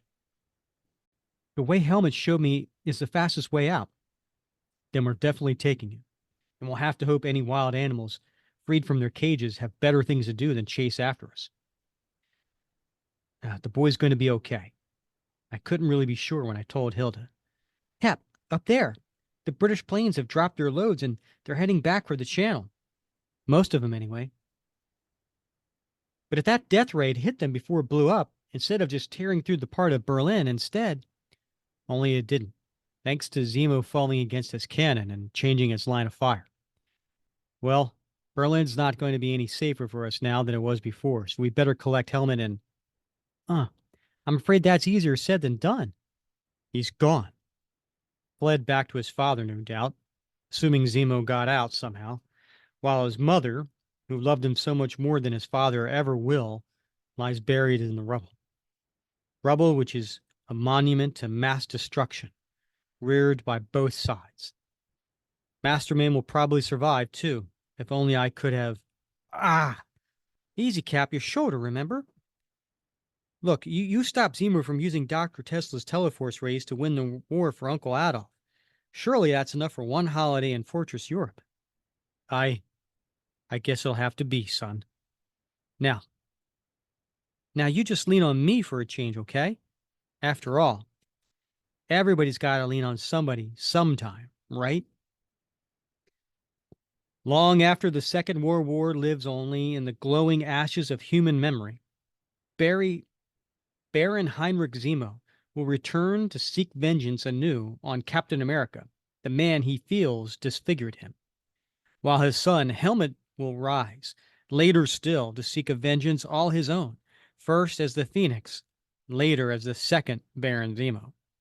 Mankind's most terrible war to date did cast lengthy shadows indeed, and its legacy of death and destruction is mighty still. The end. The end, Rick. Whew. What'd you think of there, Bob? I love that story, Rick. Love it. All right. What'd you love about it? I love the history. I love that that Roy Thomas has woven so much real world history, put a Cap story right in the middle of real stuff, right? And down to such details, right? Even like the whole backstory about Tesla and the death ray, and that was real deal, man, real deal. I love that, and I love the fact that we get to see Helmet Zemo as a child, right? And there was a moment of time where Bucky had let him get crushed. The whole Phoenix Zemo, all that stuff would never have happened. So we get to see that intersection of retconning play out in this earlier story. I don't know. There's a lot I like about this story. It's an interesting story. Yeah. How about yourself? I think the story was okay. I like all the facts that you pointed out, right? The history, I thought was masterfully done by Thomas on how he wove in facts of history via the radio broadcast, via the TV broadcast, the Cap reciting about Tesla, the whole thing about the planes and all that. You could see Roy did his research, right? He really did. He put a lot of heart and effort into this. I only wish that the art was at the same level. Yeah. Well, that's a fair criticism, I think. Yeah. That was really what was holding me back. Yeah. I think that was really holding me back on this. If this was done, by exec John Byrne, somebody, I don't know, it just, you could tell this was kind of like a somewhat rushed project. They had multiple artists on it, and so I don't think they did Roy Thomas's script justice. Yeah. And listen, I rarely am I critique like this. Rarely am I Sure, I don't want to say negative, but I'm not a fan of a lot of 90s art. Yeah. I 100% get that. And it's interesting you say that, because if you contrast this with the heck was the name of it? The Bahama Triangle one shot that Roy Thomas wrote, but Jerry Ordway did the art. Another Heinrich Zemo story, World War II story. That one with Human Torch and Submariner as well, and it comes off completely different. Same type of story. A lot of twists and turns, World War II, politics, real world history, but the art just light years ahead of it, and it just sells the story so much better. So yeah, I do think, for whatever reason, maybe it was just 90s, maybe, as you said, timelines for some reason, Buckler and Wyman, their work just wasn't up to par on this. And I think for for many people, maybe they wouldn't enjoy the story, even read it because of that. But anyway, I'm glad we had an opportunity to do it, because and I do hope people will pick it up and read it, because there's, like I said, a lot of real world history in here. Yeah, no, I agree. It's funny is Wyman, he's still out there. I don't think he's doing like comic work, but he's doing commissions and like convention sketches and things like that. And he draws a lot of risque women.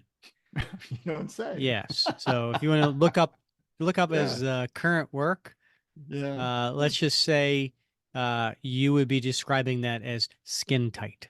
Yeah. Okay. I like it. All right. Yep. I'm going to do a little research. All in the name of the podcast, Bob. Yeah, absolutely. Yeah. All right. Well, you go first. What was your favorite panel of this story? All right, Rick. Well, I love, I'm an animal guy, Rick. Yes. And I love, there were two instances in this story where Cap sort of stepped up and showed that he is a compassionate individual. It's on the coin, right? What would Cap do? Compassion. And so the first one, of course, is when he let loose Tesla's pigeons so that they could be free. And the second one was in the bull ring, right? Where he was given the opportunity, he was expected to slay the bull after he brought it down, and he refuses to do it. He refuses to take that last step. and Martyr the Bull. So so that was page 26 in the lower left hand panel, and he says, "Come kill him yourselves." And I love that. I love the fact that he refuses to gratuitously kill even an animal. Yeah. So what about you, man? For me, I'm gonna go with that panel on I think it's page 54, but it's the one where you see Bucky is strapped to the front of the cannon. Yeah. I like that because of the homage to the 1940s covers. Like, it seems like a Schomburg cover of some sort, right? Yeah. Bucky in peril, Cap having to save him. You've got the Germans there, but I also like the perspective. You get to see a sullen masterman just kind of sulking, sitting up there, and so on. So I think that's my favorite band. Yeah, I like that. That's a good one. Thank you. I had nothing to do with it.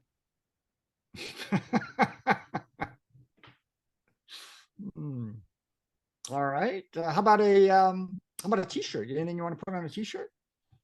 I do. I'm going to go with page 36, I believe it is, and panel 5. It's when Cap and Masterman are punching and duking it out, and I like this one where he says, "You're such a bloodthirsty pig, Lauer. Are you sure you're really just a Buddhist from New York?" Anyway, and he's punching, and you see Masterman being like flying back. So I think it's a good action pose. I like the little word balloons. I like the sound effects. I like the colors. I think it looked good on a t-shirt. Yeah, I think that'd be a good one. How about you?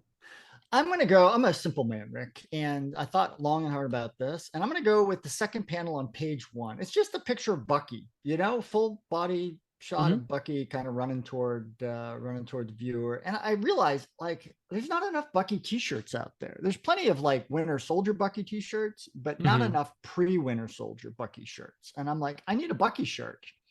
And if I want a Bucky shirt, this is what I'd want on a Bucky shirt. So I'm going to go with that. Sounds good. Yeah. What's going in your time capsule?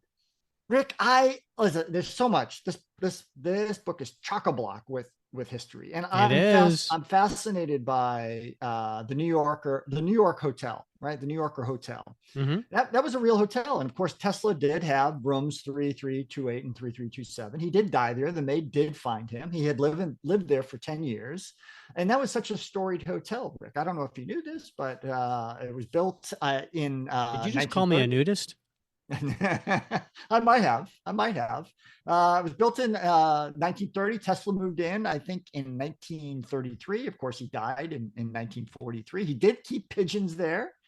In 1939, NBC had live broadcasting out of that hotel. The Brooklyn Dodgers stayed there in 1941. Oh my God, Bob! I asked what is it that you like about this? I didn't ask for a history. I love that. I love the hotel, man. I love those old style hotels. We don't have those anymore, right? Where people just rent out.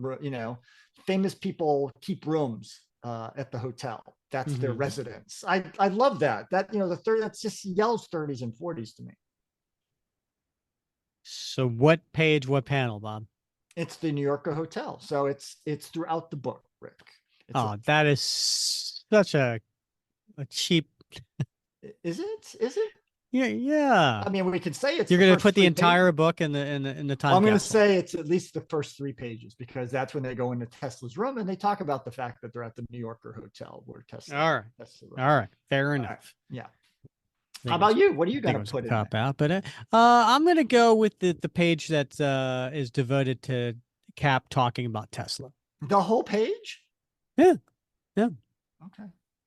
I see what you're trying to do there, Bob. Like a lot. I mean, you're not going to limit it to a panel, but all right, we've done pages before. Okay, it's fine. I don't think we've done the different strokes for different folks, Rick.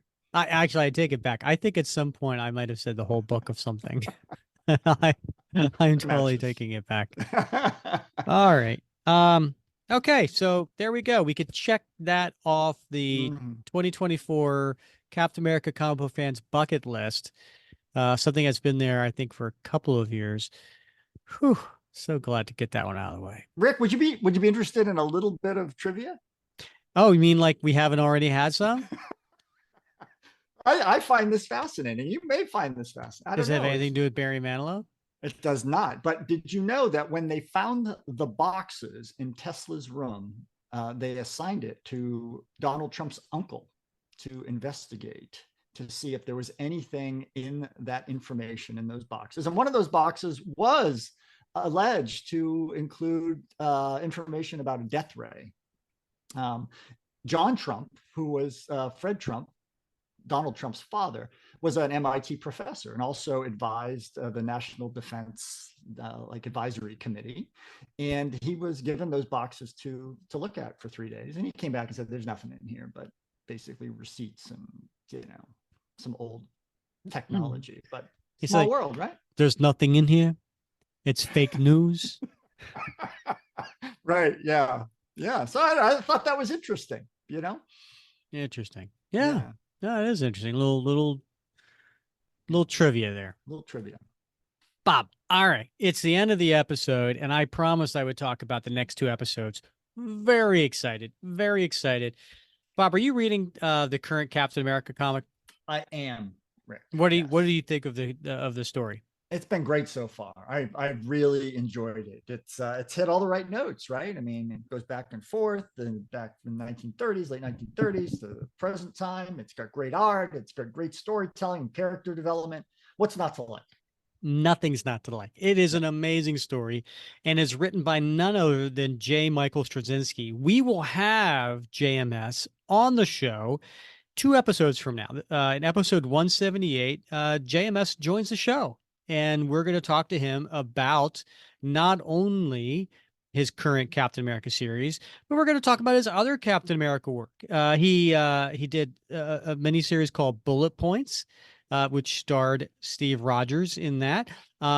You may remembered, and we covered it here in the comic, he wrote about Captain America during the Civil War tie-ins in the Amazing Spider-Man series.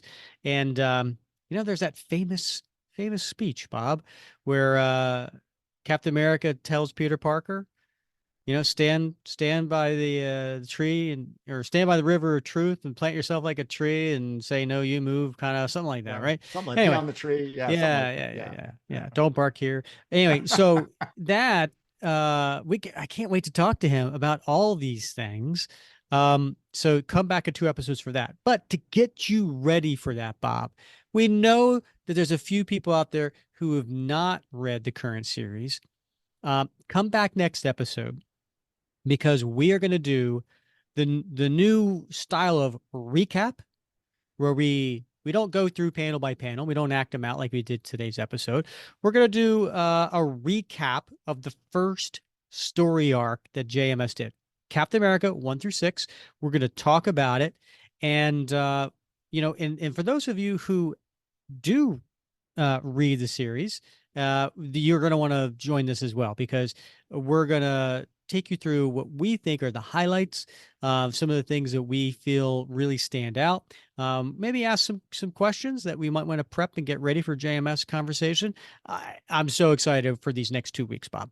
Yeah, those are really going to be fun, folks. You're not going to want to miss those. Absolutely.